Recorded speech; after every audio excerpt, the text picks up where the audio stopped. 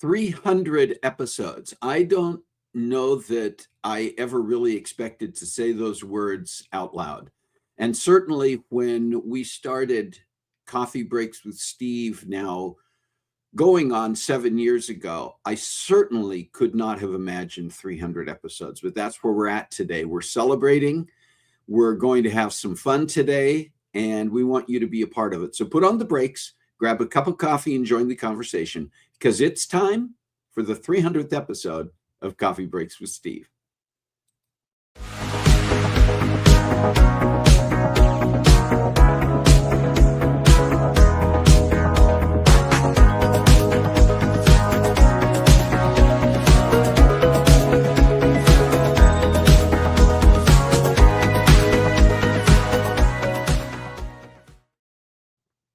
Well, welcome to Coffee Breaks with Steve. I, of course, am Steve, and this is the show where we come together around our virtual coffee table each week, as we've been doing for 299 episodes prior to this.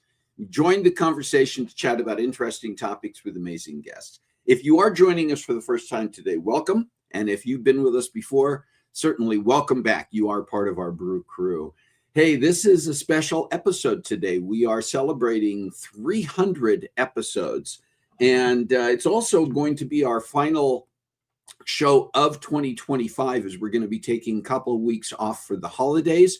So before we go any further, I want to bring on our guest co-hosts for the day, who have been with us so many times and have hosted this show on numerous occasions over the past 300 episodes. So bringing Karissa and Chelan onto the stage here. Welcome to both of you. And it's so much fun to be able to be here and celebrate 300 episodes with the two of you, because you have been so much a part of keeping the show running, of making sure that we do have interesting topics, amazing guests, and have hosted on multiple occasions together, individually, with me, with other people. Against you. Against me, versus me. With sometimes as you, yes, as me, sometimes with cats and or other creatures of note lingering around. So it's a lot of fun to be here. I think as we get started, we're going to be talking about the our sweet and savory here in a few minutes, and I'm going to let the chat go on to the stage here. We're, by the way, for all of you out there, you know that we've been wanting to make sure that we're sharing the chat on the screen so everybody can keep track on both Facebook and YouTube. And there have been some formatting issues with that as we've been trying to do that, because we're sometimes covering up people's faces and stuff. So we're testing a different layout today that we hope will allow us to continue to keep the comments and chats up there, because we want you, our Brew Crew, out there in the chat to be an active part of what we are doing today. And thank you. So thank you for being here. Thank you for being a part of the conversation. We want you to be active with us today. And let me see who's out here that we can say hello to. I also want to remind you, as we're getting started, that we welcome your participation, but we do, as we just put up here, we do monitor and moderate the comments. And so we do ask that they stay relevant, that they stay respectful and appropriate to the show today. Just want to say, we see out here, Kim Baker, good meowing afternoon and happy Catterday. You did make it. You were on here right away this morning. He's here right on time today. Right on time. Carla is here. Rick is here. See, Marshall McCoy. Hi, Marshall. Good to welcome you to Coffee Breaks with Steve. Would love to know how you heard about us and where you're signing in from. Who told you about us? Yeah,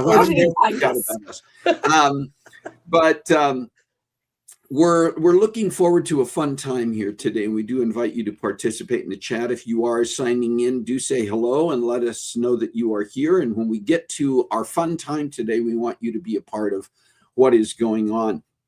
Hey, I do want to share the sweet and savory, or Chelan, the charcuterie. The charcuterie. So we're gonna go ahead and put that out here and share a few things that are going on that I thought were pretty interesting, and I hope you will as well. We also, because we're going to be taking some holiday time, when we get to our birthdays, we're actually going to be sharing some going into the first part of next year. They got a few birthdays to celebrate. But the first thing, of course, is that tomorrow at 7:03 a.m. Pacific time, and just that for wherever you're signing in from, is the winter solstice. It is the official start of the winter season, and it's the shortest day of the year. And when we say shortest day of the year, Karissa, unfortunately, that does not mean less than 24 hours. It just means... Dang it. I know. It does mean, however, that it will be the day with the least number of hours/minutes of sunlight. Dang it. I know, the shortest daylight day of the year. And then the good news is that as we get past December 21st, little by little, the days start to get longer. So it's just weird. We'll be on the upswing after that. On the upswing, but it's always a little bit strange to me that, I look outside at 4:30 in the afternoon, especially on an overcast day. It's like, oh, it's dark out there. My porch light came on automatically. It was funny this morning because I had my alarm set for 7, believe it or not. And Jason was like, why is your alarm set so early? I was like, it's 7 o'clock. He said, why is it so dark outside? Yeah. I thought it was 4 a.m. Well, so does winter solstice get started with sunrise? Yeah, it starts at sun up to sundown is that's when it starts, because that's it counts the hours. I thought it was a midnight thing. No, it's actually, although it is tied to oftentimes to the sunrise, what it's actually based on You know that the Earth, no. okay, we're going to get into science here. Did you know that we were going to have a scientific and physics based? By the way, this will lead into something else that I want to mention, but the Earth doesn't sit on its axis straight up and straight down relative to the sun. It sits at a slight angle because we're a little bit, as Earthlings are a little bit off. We're leaning a bit. And so as we move around the sun, we stay at that same angle, which means that in the summer months, the northern hemisphere is tilted more toward the sun. And in the winter months, when we're on our winter side of the sun, we are tilted more, we're tipsy. That's right, Kim. The northern hemisphere is more away from the sun, so we get less sunlight. So it is at that point in our orbit around the sun when we are at that point of being furthest away in terms of the tilt. But the other reason that's an interesting thought. What was that? I'm going to write this down. Say that all again. Start over. Start over. Can you speak slowly and give me technical data to support this? And a presentation, please. Yeah, can we do a PowerPoint on this? The other thing that's coming up this week, we get past the solstice, and then we know what next Thursday is, right? Yay! It's Christmas. It's Christmas. The thing that I said tied in was, if you stop and think about it, this is another scientific thing, Chelan, so get ready to take notes, that the Earth, we divide up the Earth. There's not actually, by the way, if you're like at the space station and you're looking down at Earth, you don't see all the little lines that separate countries. Yeah, and no, you those don't aren't see there. all the latitude and longitude lines. The lines aren't there? Where did they go? It's like when you're watching a football game on the TV, those lines they put there, not really there. That person who moves the lines for the football game, they are busy. They're busy. Well, think about the people who have to do that for Earth with latitude and longitude or walking around. Hi, Kathy Garlic. The longitude lines, the ones that go from the top to the bottom of the Earth, we'll say, actually are separated every 15 degrees of the 360. And those actually are also what delineate time zones. Right. Every 15 degrees is how we separate time zones. But if you think about it, if you're like here in the United States, you go to another longitude, and we sometimes use, state lines and other things to kind of vary that to make it practical. But basically, those longitude lines separate the time zones. So an hour of difference per longitude. Now, as you get up to the North Pole, what happens to those longitude lines? They all connect. There's no time. Which is, if you think about, where does Santa Claus live? In the North Pole. So he is not bound by time, which is part of what allows him to cover the entire Earth. He's going from the North Pole, and he carries that magic of the time portal that exists. So he can get all over the place. He's an alien. He just keeps crossing back over the North Pole as he's going, and it's like time doesn't matter. Somebody spilled Santa all over the place. He's spilling Santa all over the dang place. Anyway, I just thought that scientific fact about Santa Claus primarily was what I wanted. I'm 40 years old and I just found this out today. This is ridiculous. There's some things that we don't try to explain to the kids. We just tell them Santa Claus is magic. But if we tried to explain all the longitude stuff to kids, their brains would explode. And we just don't need that. We don't need explosions. Hey, here's one that I it's interesting as we're starting to now see some things change. Like, for instance, now at TSA in most airports, you don't have to take off your shoes anymore. Right. They're making some of the things that you can take through there's been a little more, speaking of longitude and latitude, a little more latitude by the TSA. Did you know that some airports are now going back to permitting people who do not have a boarding pass to go to the gates to greet or drop off their travelers? Yay! Oakland is the most recent one to do this. Wow. If you stop and think about it, for going back since post 9/11, when TSA was formed, airports became strictly, that the getting through security used to be you could get through and just meet people at the gate, or you could go drop them off. But since 9/11, they meant basically you had to see people off, either drop them off at the curb, you could see them as far as the security lines, and then that was it. And Oakland's airport has just announced a program that lets non-passengers go through security to walk loved ones to the gate or pick them up. You apply online in advance, get TSA approval, show your ID, and suddenly you're back on the other side of security, just like the old days. Oakland isn't alone. Airports in places like Cleveland, San Antonio, Kansas City, Philadelphia, and Detroit have rolled out similar passes with fun names like Hangout Pass and Wingmate Pass. All fun. Online, travelers are loving it. People are reminiscing about meeting grandparents at the gate, watching planes take off as a family, or just going to the airport to hang out. One person said, "Now you say goodbye and walk half a mile alone." That one hits home. No, it's not permanent everywhere yet, and airports can stop the program or pause it at any time. But still, it feels like a small step back towards the kind of connection and the kinds of abilities that we used to have. It's kind of nice to see a little bit of humanity getting back to boarding planes again. So I think that's kind of fun, and hopefully we'll see that start to spread to more and more of the airports. It has been nice to not. Funny have to how take much off you the miss shoes. things. You don't realize you miss stuff like that until it's like we're gonna get back.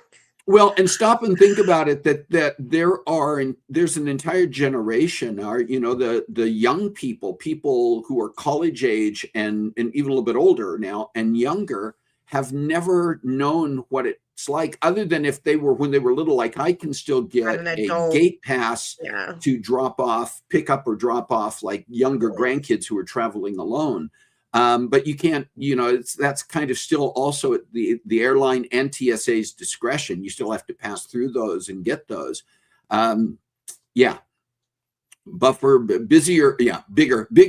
Busy airports might have a hard time accommodating.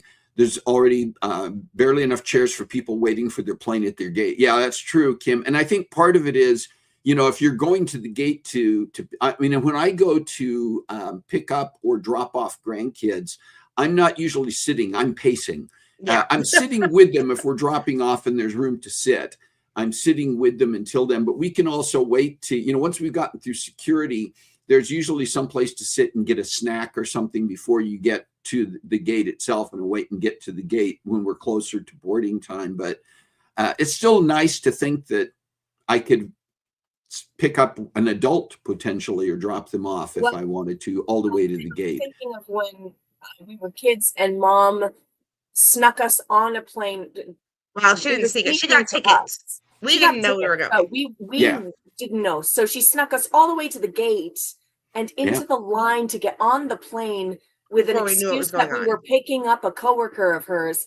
And then she hands these tickets to the gate lady. We're like, what are we doing? She's like, we're going on a trip. We're going on a trip. You wouldn't be able to do that now. Well, I was thinking about when Matilde came, how scary it would be for an exchange student to come through customs, through all that by yourself, and not have somebody at the gate to meet you. Like, we were able to all be there and get her right out of customs. And I think what they have done, and situations like that, it maybe have been possible for one family member to get a gate pass and meet her at the gate. Or you would just have an airline representative escorting her all the way down through, to baggage claim for the meeting. That would be so much less fun.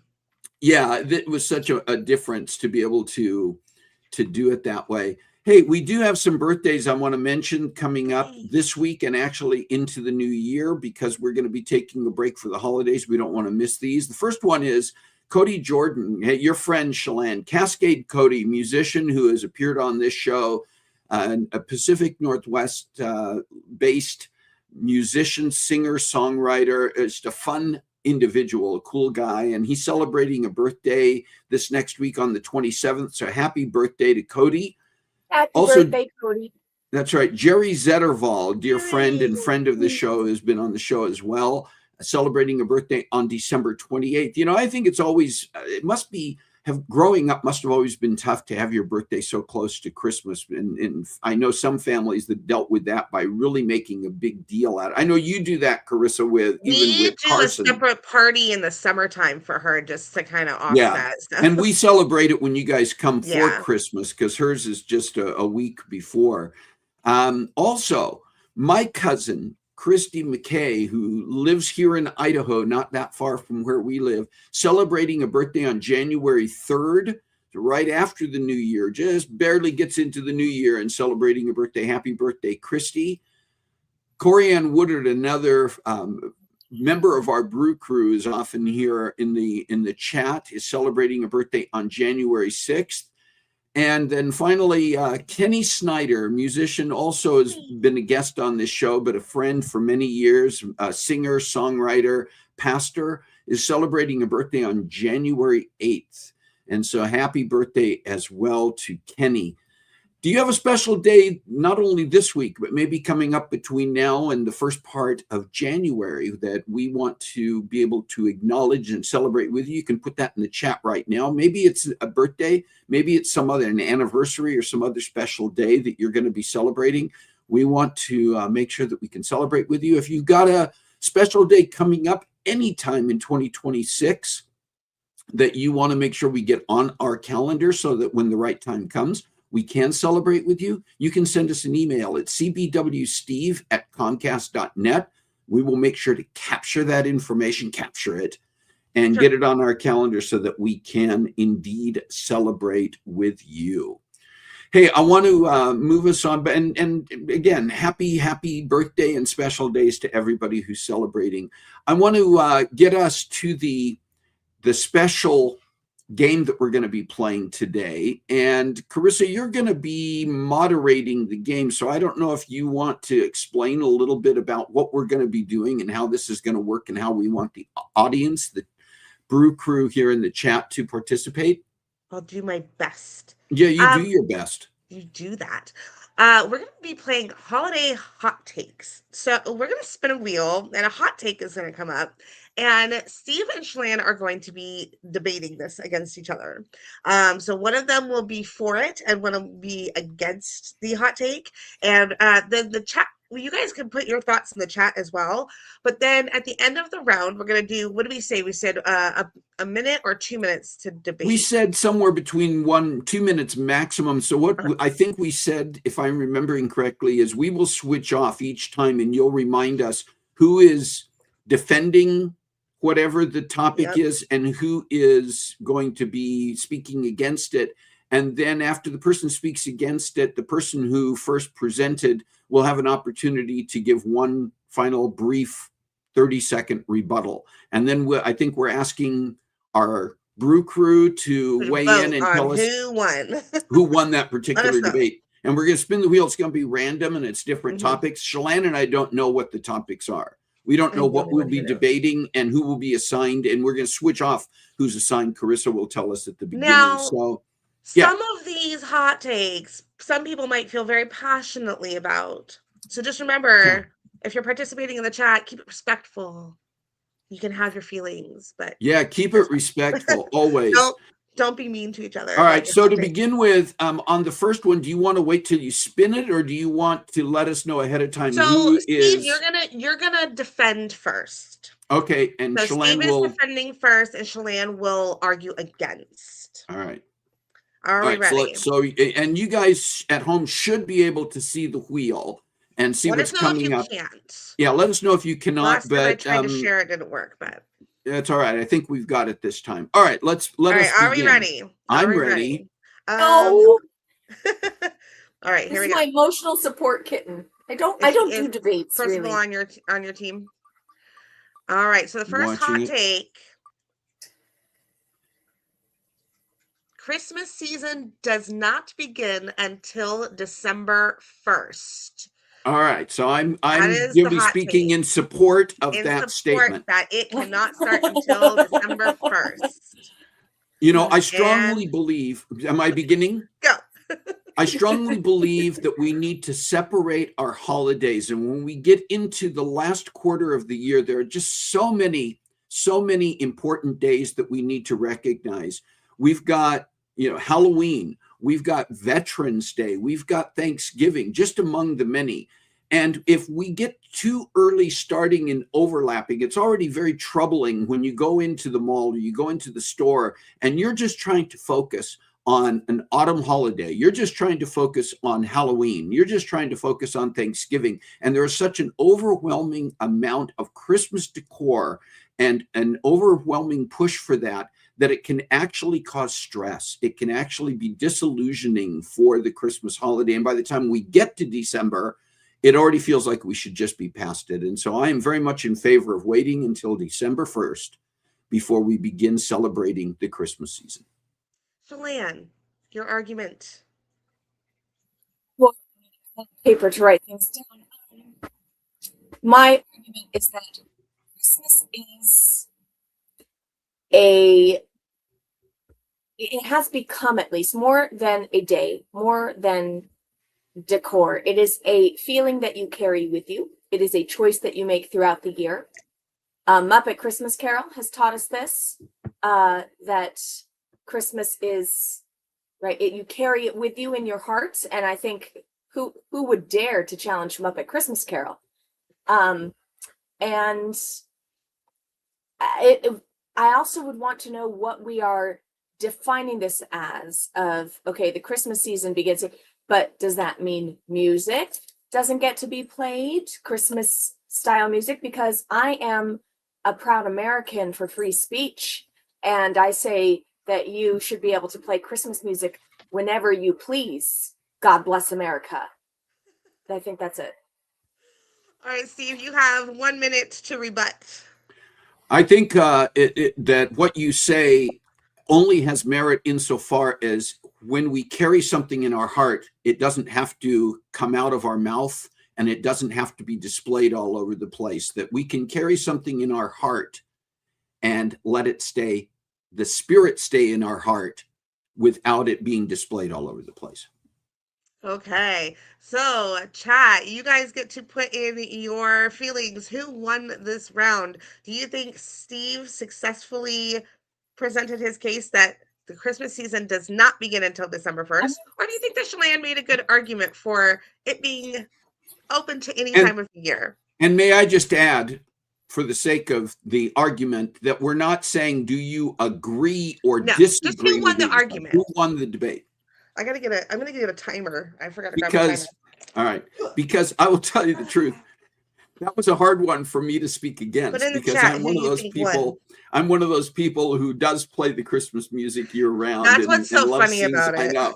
Yeah, thank you for making me defend the idea that it doesn't start till December 1st, because I was really it was random. It was random. I had no idea. That was funny. I think that's why Chelan was laughing too. Is like, of course he has to be the one. All right. Hey, my siblings are with me on this. But they don't necessarily agree. No, neither do I necessarily, but that was fun to try to come up with I remember going back in school to having to do debates, and you had to sometimes defend an idea that you were completely opposed to personally. Yep. Yeah. All right. That was round 1. Now, so this time we're switching off. The next time we're switching off. All right. Chelan will be defending the hot take, and Steve will be arguing against it. Let's see what Chelan has to defend here.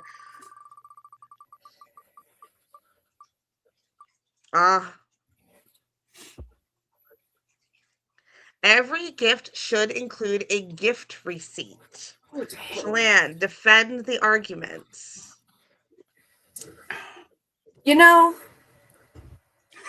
When you're buying for someone else, you don't always know all of the things that they have at their disposal, what their deepest needs are. I think of that episode of MASH where the one guy gave all the orphans desserts and then got very upset when it turned out that they had sold those lovely desserts for like turkey and other more like dinner things. And then come to find out the kids didn't have basic food. And so a dessert would be not as appropriate for them, right? So you don't always know what people need.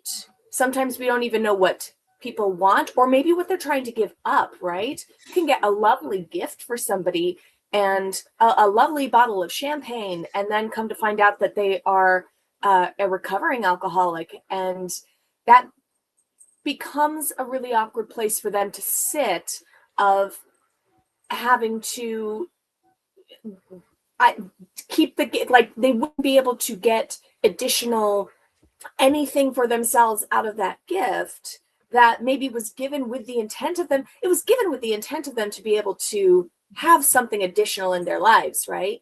And so you may be giving them something that they cannot use. And I think you should give them the opportunity and the freedom to go and exchange that for something that really will be useful and valuable to them without getting offended. Like, don't get offended about gifts. I understand that was your best go. We've all been there and it just has landed flat. Allow for the freedom for someone to change it up if they need to. All right.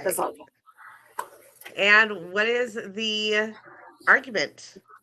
Well, in spite of my esteemed colleagues' points, I would just like to point out a couple of things that I think should be taken into consideration. Number one, most gifts can be exchanged with or without a receipt. There are ways to go about doing that, and most retailers will accept either a cash exchange or a credit exchange with or without a receipt.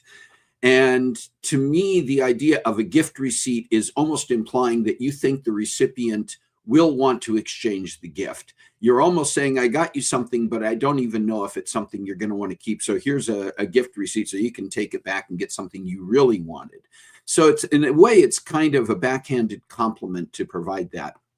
The other thing that I think is relevant here is that many people, particularly in this day and age, are moving away from purchased gifts towards something that is handmade, something that is home crafted.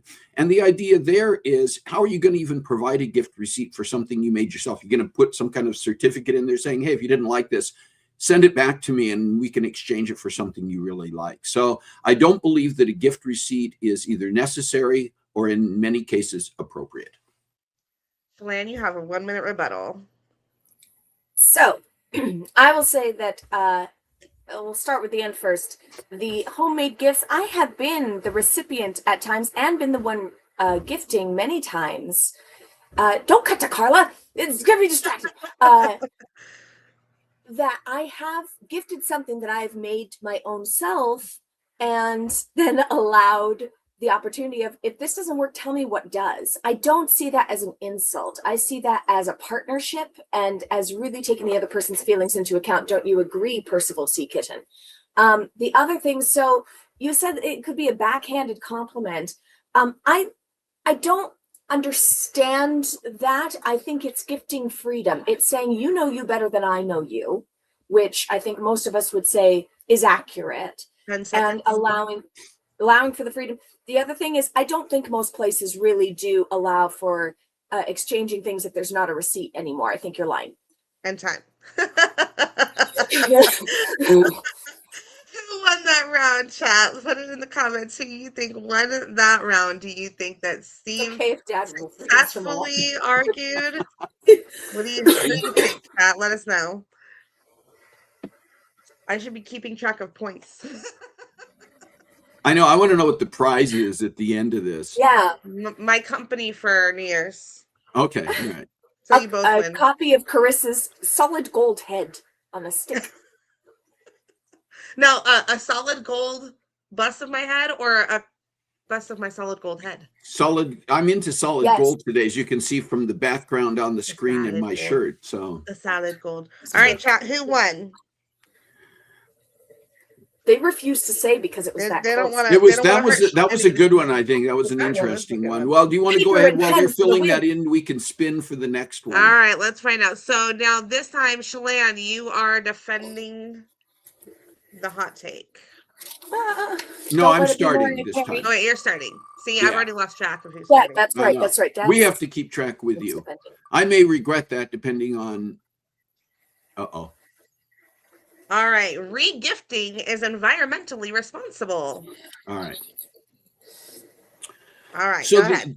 First of all, the concept of re-gifting is really tied in very much to the concept of recycling. It is saying that we don't simply toss aside things that may not any longer be usable, or that we may not be finding an appropriate use for. And regifting is really the best kind of love. It's saying that this gift that I am taking, that was given to me and I'm passing along, is really a type of paying it forward. It is saying that this is something special that I appreciate enough that I want to make sure someone else also has the opportunity to appreciate it. And so I am very much in favor of the concept of regifting. It is better than having something just gather dust in a back room because you're not going to use it. And it is better than throwing something away that still has a lot of potential use for it. Chelan, your response? Oh, can't hear you. You're on mute. As a closet Oregonian, I will say that being environmentally responsible is very near and dear to my heart. I will say that I find it is inappropriate to regift, particularly if you're going to do it, you have to do it really carefully. And at some point, there has to be something else entering the flow of giftage, right? I think it's interesting, Steve, that you brought up something not gathering dust, because really that's the way around the gift receipt. And really what you seem to be promoting is the gift return without the gift receipt, which seems to go against what you were previously stating. And I'm a little confused by your flip so quickly in your stance. Steve, your rebuttal? Well, first of all, I think that my esteemed opponent is trying to add confusion to the situation by bringing up a topic that is no longer relevant. But I would also add that I think in this, particularly as we are becoming more and more aware of global warming, we need to be conscious in every circumstance about an opportunity to do something that will be beneficial to the environment, and regifting should be at the top of that list. I don't believe in global warming. Global warming doesn't exist. Not while I'm sipping, please. I win no matter what they vote. She win. Wins no matter what you guys say. Chelan wins this round. Chat, let us know who you think won that round. I think we got consensus on the previous round. Steve won that round. So let us know. I don't know. That was mixed. It seemed mixed. There were some mixed responses there, but I don't know. I think I got a lot of Stevens. Yeah, but there was a Stephen Lost up there too. I'm not gonna name Carla. Names who put that. I'll say it, Carla. Always the middle child who does stuff like that. We're like that as middle children. All right, let's go on to the next hot take while the chat debates in their own brains who won this round. All right.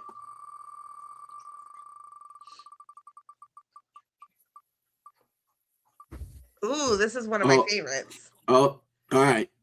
Stockings always come before the Christmas tree. All right, and it's Chelan starting this one, correct? Chelan starting. All right, so what I will say is I feel like the stockings, I'll pitch it to the audience. The stockings are typically the introductory gifts, right? They're typically the smaller gifts. They're typically the cute and cozy traditional candies or things that's like, oh, father always includes anchovies, and that's going to be in the stocking. That's not going to be wrapped under the tree. And so I feel like as an introductory component, that should come first. That is the beginning of the gifting, getting everybody into the mood and the spirit. If you were to do the large gifts or the more substantial gifts and then move to the stockings, I feel like it puts you out of sync with the day. And it's like a downer, and you don't want that on Christmas. You don't want that on Christmas. Steve, your response? Well, I think that we need to put this in perspective. We think about stockings. When you're getting dressed, do you put your stockings on first or do you put them on last?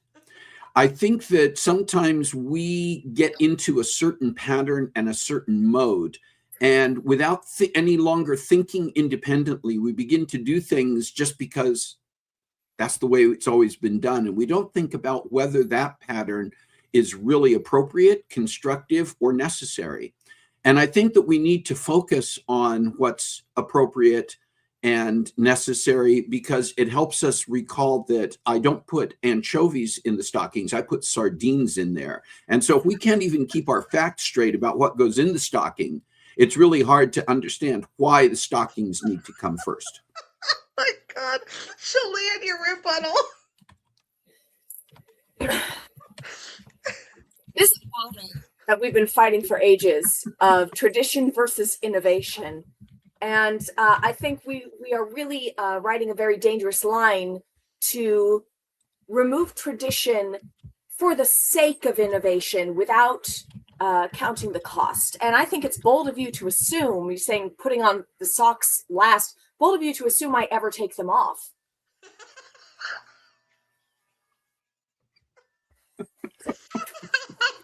This is my favorite debate I've ever watched. I love this. All right, chat, please let us know who won. Why sardines? And Carla says, why Carla, sardines? why not? Why anchovies? Why not? Why not? Why not? Yeah, it was a thing for a long time. Every now and then he still throws them in there. Still get them sometimes. The chocolate ones. All right. All right, we're moving on to the next hot take. Pat, let us know who you think won that round. Oh my gosh, that was a funny one. You're not helping, kitten. Uh-oh. Oh, good. Oh, it rolled over. All right. Die Hard is a Christmas movie. All right. Die Hard is a Christmas movie. And Steve, you are up. Die Hard is definitely a Christmas movie. And I think that we start by giving a broader picture. Any movie that includes a focus seasonally around Christmas is appropriately a Christmas movie. Die Hard falls into that category. Most chick flicks as well fall into that category. If you think about just about every chick flick that has ever been shown, that has ever been produced, there is at least one Christmas scene, if not a major focus around Christmas. Would you watch it at the Christmas season? Absolutely. Is it appropriate to watch it at the Christmas season? Absolutely. So let's come back to Die Hard specifically. When is Die Hard set? What time of year is Die Hard set? What's taking place in this building during the movie? It's a Christmas celebration. It's a Christmas party. Bruce Willis is the epitome of the Santa Claus anti-terrorist. He is Santa Claus in the form of the rescuer. And as we all know, Santa Claus in and of himself rescues us from our own downtimes. That's why Santa Claus comes at Christmas. This holy season of the year where we celebrate Jesus' birth, Santa Claus comes so that we don't have to be down. And Bruce Willis. All right, I feel like Chelan may have had a cat interruption to her entire connection here. Do I want to know? Not yet, but I will finish this by just saying, if you feel like Die Hard is a movie that you would put on at the Christmas season because it focuses around Christmas, then there is no longer any debate that it is indeed a Christmas movie. Chelan, your picture is frozen. Are you I don't there? know if your cat, I don't know if her cat actually took her completely out of the mix, or I can hear her. Did the cat mess up your camera or what? Yes. Can you hear me? We can hear you. We can hear you now. Just, you can hear me? We can hear you, but your face is frozen. Yes, the cat jumped on my computer and hit a button. That's so funny. He logged me out of my computer. Well, you're still connected it's freaking here out. By voice. If you need to go out and come back in, we can there she reconnect is. you. Oh, you're back. Good You're job, back with Percival. us. Did you see my face go? We saw your face. And then your face, and then your face went. froze in an interesting position.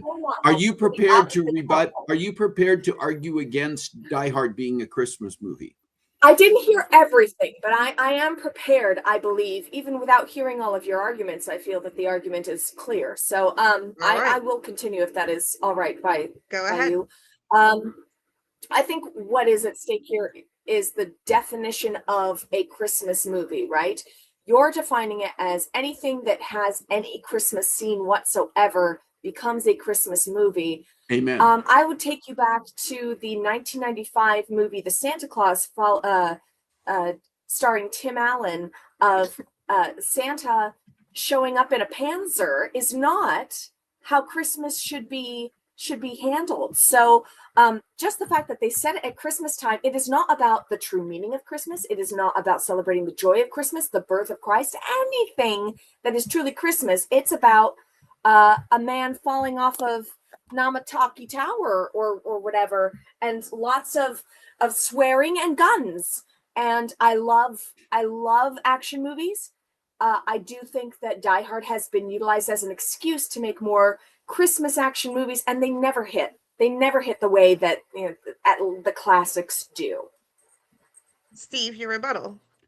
It would be nice if everyone's experience at Christmas time was just about Jesus or just about Santa Claus. But the reality is that many people do face acts of terrorism around the Christmas season. And I think that having movies like Die Hard remind us that when those things occur, there are people like Bruce Willis around who can save us from that. All right, chat. Representation. You're going for the representation. Representation card. Represent everybody. Diversity. All right. It's an allegory. Okay. All right. Let's see. We've got time for a couple more, right? Yeah. All right. Let's go for it. Let's see what the next one is. Let's see what the future brings. We kind of discussed. Oh, we talked. Okay. Yes, this is interesting. December birthdays deserve a separate gift. I was just having this conversation. Oh, you go for it. Yep. Go for it, Chelan. I was just having this discussion with a coworker the other day whose child has a birthday directly on Christmas. And I asked, how do you handle that? And she said, it's been very important to us. And this is what I've heard from all parents and children December birthdays, is to keep them separate. I have not heard a single family condone the idea of merging them. There is a separation that is important to showcase to the child, yes, Jesus gets a birthday and so do you, right? So they actually, I thought this was brilliant. They decorate their kitchen with birthday stuff, the rest of the house Christmas. They start the morning with Christmas activities in the living room and then move to the dining room for birthday celebration and a cake for the child, and and I thought that was a brilliant way to celebrate both events and both birthdays on the one day. I think it's similar to you have to have, I think, the consent of the child if you're going to do combined birthday, and make them still feel that they are part of that and special and seen.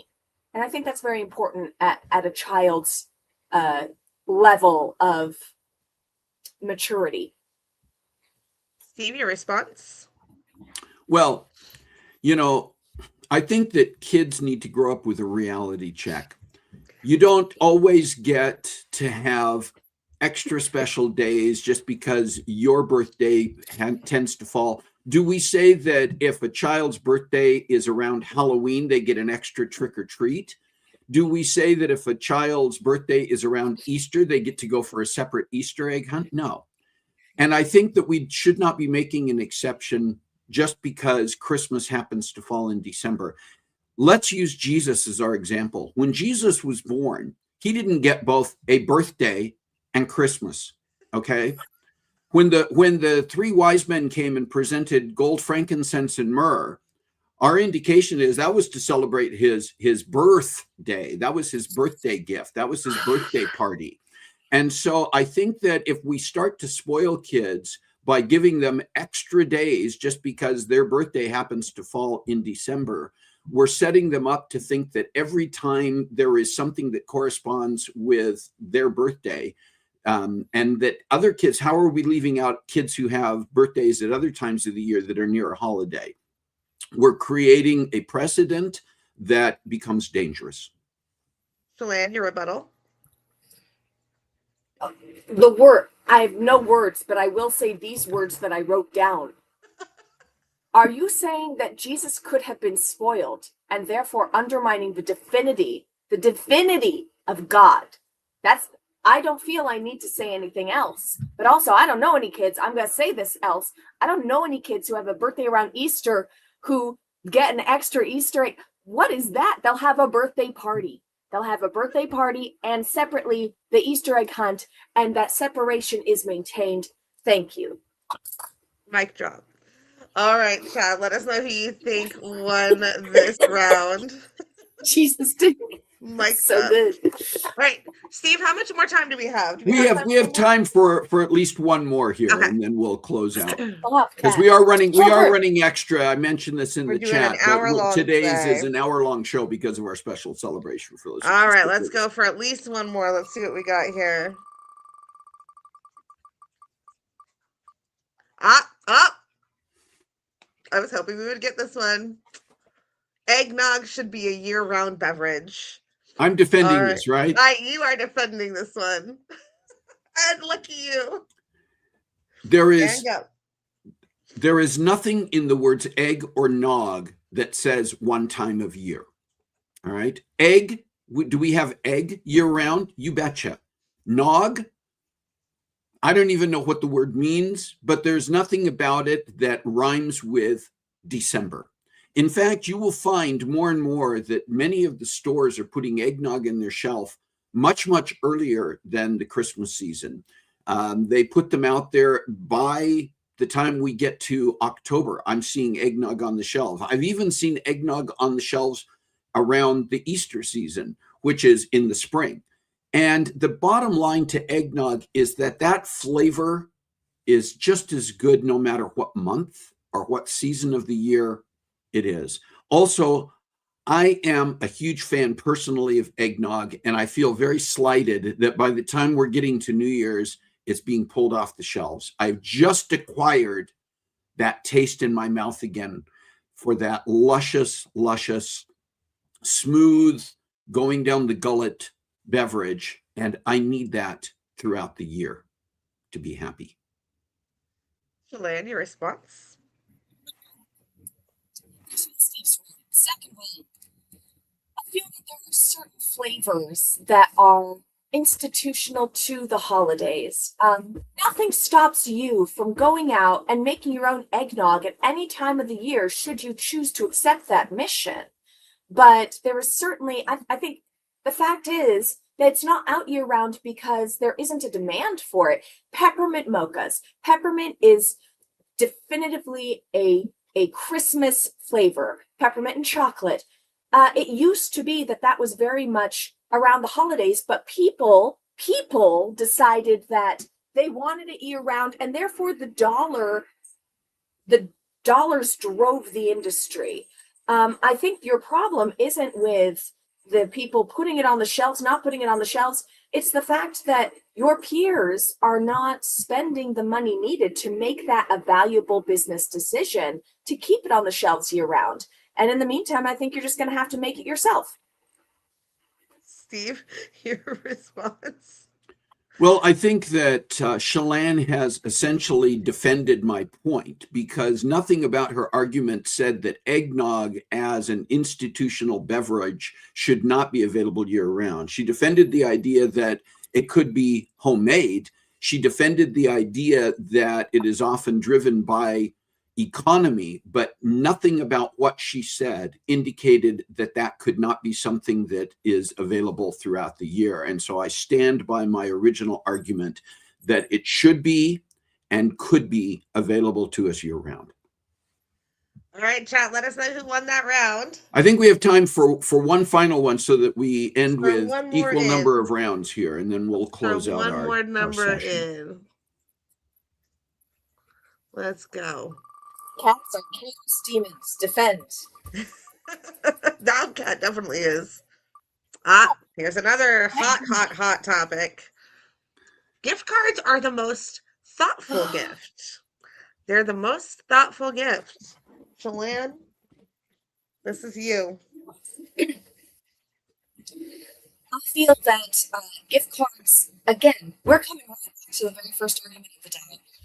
It's allowing freedom. You are gifting the American dream of freedom, right? to those that you are gifting a gift card to, because you have an understanding that anyone should be able to choose for themselves the best gift. Now, I love receiving gifts from people, but if they're people that don't know me very well, I would actually prefer a gift card over putting things on a list and getting items directly off that list. There's no surprise in that. There's no adventure in that. I find it more boring than a gift card. The possibilities, it's like the possibilities with a blank piece of paper, right? Before you ever start writing on, it's the same kind of excitement and endorphin rush to receive that gift card. And I think it has been demonized unfairly over the years. Okay. Steve, your response? I think gift cards are an absolute cop-out. The idea of presenting a gift card in lieu of taking the time to really understand the wants, the needs, the preferences, and personalities of the people that you are giving a gift to. If you can't take the time to really understand what is going to be most appropriate and useful for that person, then be honest about it and say, I'm not giving you a gift this year. A gift card is basically saying, I didn't think about it, I didn't take any time, and I don't really care.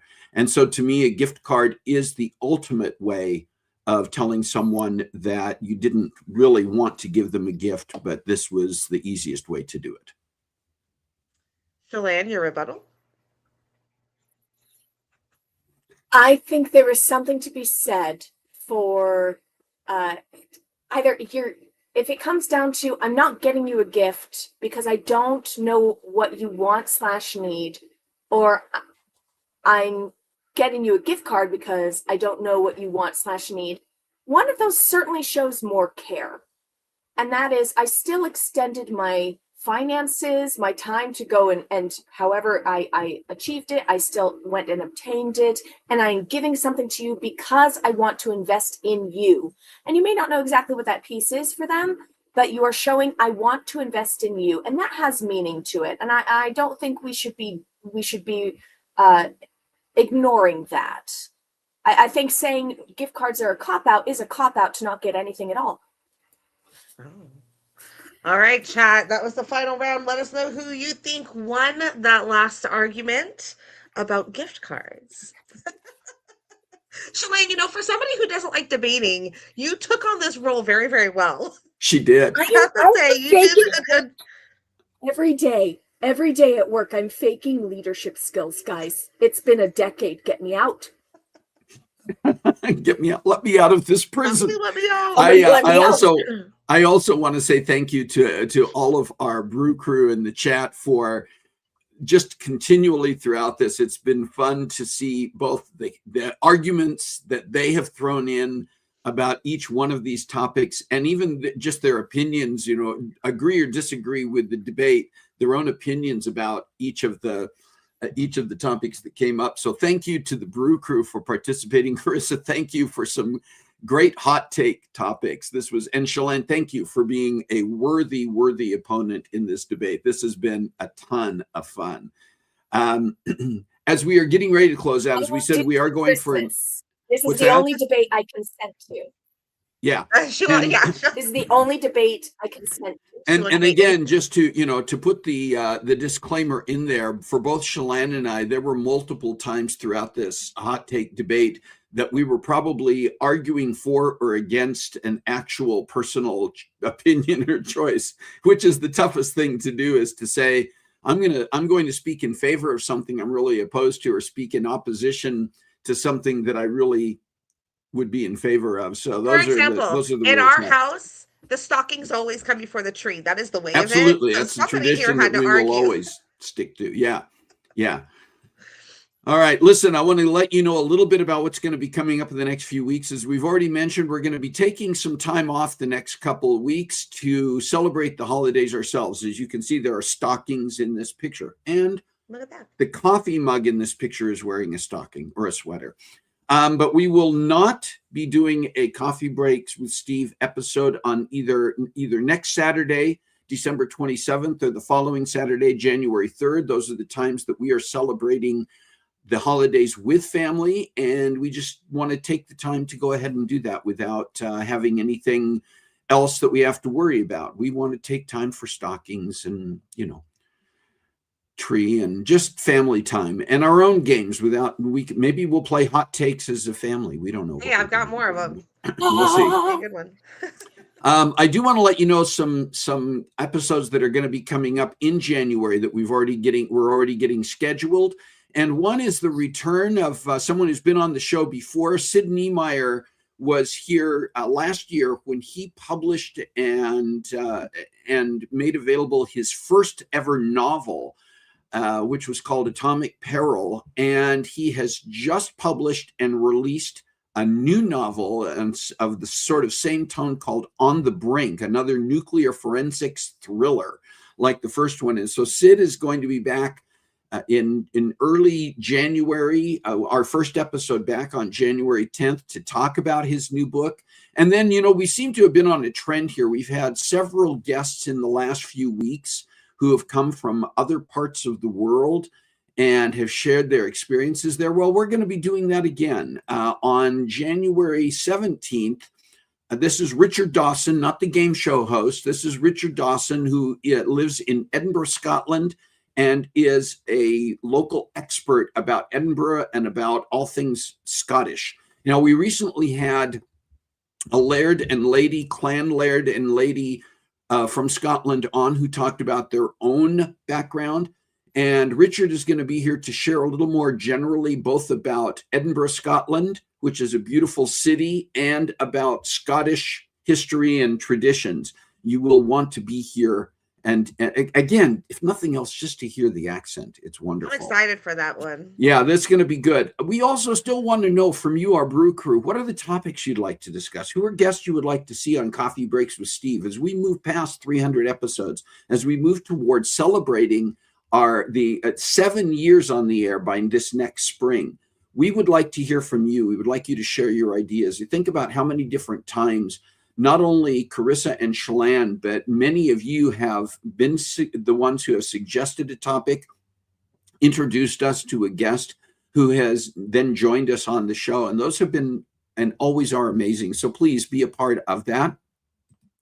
Last thing I'm going to mention today, we have been continuing to grow our subscribers to our YouTube channel, but we could use more. Not because we're looking to pat ourselves on the back for how many people are joining us, but because it is so great to be able to reach beyond our Brew Crew. We'll always keep the Brew Crew as a central part, as a focal point of where we are having these chats and these conversations. But there are people who come in later on to watch episodes, and most of them are going to find those episodes later on YouTube, much more even than Facebook, because just the number of people who are there on each of those platforms. And we want to get our guests and our topics out to a larger audience worldwide, because we have worldwide topics. We have global influence. And the more people who are subscribed to our channel on YouTube, the more that the algorithms with YouTube will put us up at the forefront when people are doing searches. It'll pop up and people will be out there and find us. I'm not looking for fame or fortune, because it's not going to happen for me. But I do want our guests and our topics to get an audience. If you are not a subscriber to our YouTube channel, would you please go there and subscribe? If you already are, would you please take the time to share that with people you know who would be benefited by being a part of our audience, who would love to see some of the guests and the topics that we have? That's my soapbox for that. And really all that probably needs to be said about it at the present time. I do want to say as we close out this episode. What's that? I said, I can't argue against that. That one is not even open to debate, is it? Listen, as we conclude this episode, I want to say thank you to Karissa and Chelan for a very, very fun celebration of our 300th episode. I want to say thank you to all of you who have been here and joined in on it, and say thank you to everybody for just a fantastic year, 2025.